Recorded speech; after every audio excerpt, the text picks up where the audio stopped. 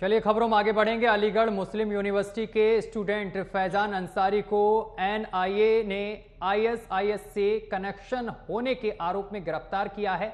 आरोपी की गिरफ्तारी से पहले उसके झारखंड और उत्तर प्रदेश में किराए के घर की तलाशी भी ली गई थी।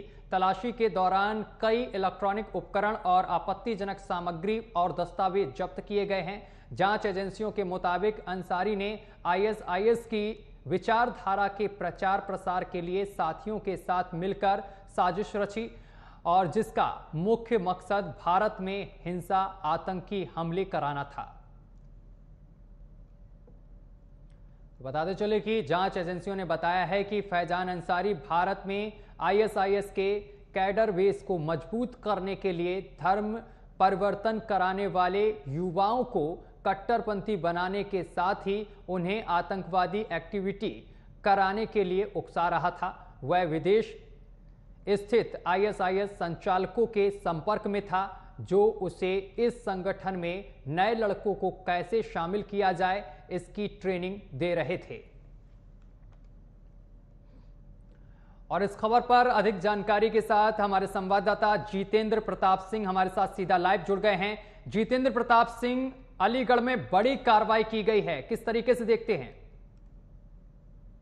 अलीगढ़ मुस्लिम यूनिवर्सिटी के जो स्टूडेंट था फैजान अंसारी, उसके ऊपर एक बड़ी कार्रवाई की गई है और इस पूरी कार्रवाई में एनआईए के जो अधिकारी हैं उनको बड़ी सफलता मिली है।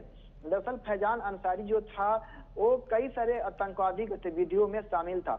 आईएसआई के जो कैडर बेस है उसको मजबूत करने के लिए उत्तर प्रदेश, झारखंड, पश्चिम बंगाल जैसे कई राज्यों में इसके जो नेटवर्क जो थे वो फैले हुए थे और वहां से अलग अलग जो है धर्म के लोगों को इकट्ठा करता था और इकट्ठा करने के बाद से उनको आईएसआईएस में भर्ती कराने के लिए प्रेरित करता था।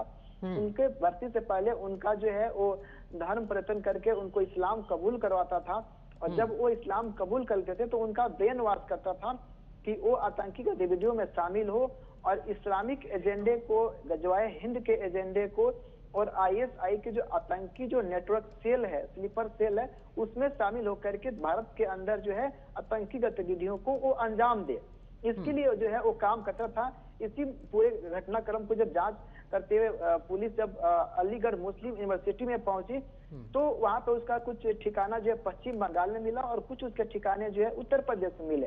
जब उसके दोनों ठिकानों की जांच की गई तो पुलिस को कई सारे ऐसे आपत्तिजनक दस्तावेज, सामग्री, कुछ फोन कॉल, इसके अलावा कुछ सिम कार्ड उसके पास से बरामद किए गए हैं जिसकी जांच फिलहाल जो है वो एनआईए कर रही है। जितेंद्र, इससे जो पूछताछ की गई है, क्या इसके और भी साथी यहाँ पर मौजूद हैं भारत में जो इसी तरीके का काम कर रहे हैं?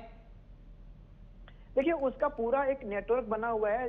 दरअसल जो है एनआईए ने जिसकी गिरफ्तारी की है और अभी जानने की कोशिश कर रही है कि ये किसी स्लीपर सेल का हिस्सा तो नहीं है और अगर स्लीपर सेल का अगर हिस्सा है तो कौन कौन से लोग जो है इसके नेटवर्क में शामिल हुए हैं, अब तक किन किन लोगों को ये आतंकी गतिविधियों में शामिल किया है, किन किन लोगों का इसने धर्मांतरण करवाया है और कहां कहां तक इसका नेटवर्क जुड़ा हुआ है। फिलहाल इस पूरे मामले के खंगालने के लिए एनआईए विस्तार पूर्वक जो है जांच कर रही है। फिलहाल ये फैजान जो है वो एनआईए की गिरफ्त में है।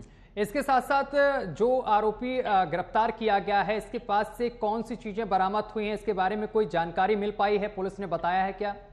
देखिए एनआईए का कहना है कि इसके पास से कुछ ऐसे इस्लामिक डॉक्यूमेंट्स बरामद किए गए हैं जो कि उर्दू में है और उसमें कई सारे ऐसे आतंकी गतिविधियां, इनके कुछ नेटवर्क से जुड़े हुए इसके दोस्तों के नंबर, कुछ ऐसे संपर्क सूत्र भी मिले हुए हैं जिसका सिलसिला जो है वो इंटरनेशनल कनेक्शन है, जिसका कुछ पाकिस्तान और कुछ के जो है सीरिया जैसे जो है वो देशों से इसका संबंध जो है। तो आखिर उन देशों में किन लोगों के ये संपर्क में था, भारत में इसके जो कोई हैंडलर थे क्या, या कैसे जो है इन लोगों को जो है ये अपने पूरे जिहादी गतिविधियों को निशाना बना रहा था। फिलहाल जो है एनआईए इस पूरे मामले के जो है वो तह तक जाने के लिए जो है वो कोशिश कर रही है और इससे कड़ी पूछताछ की जा रही ताकि जो है इसके पूरे आतंकी नेटवर्क का जो है वो खुलासा किया जा सके। चलिए जितेंद्र प्रताप सिंह, बहुत बहुत शुक्रिया आपका हमारे साथ जुड़ने के लिए, तमाम जानकारी साझा करने के लिए। खबरों में आगे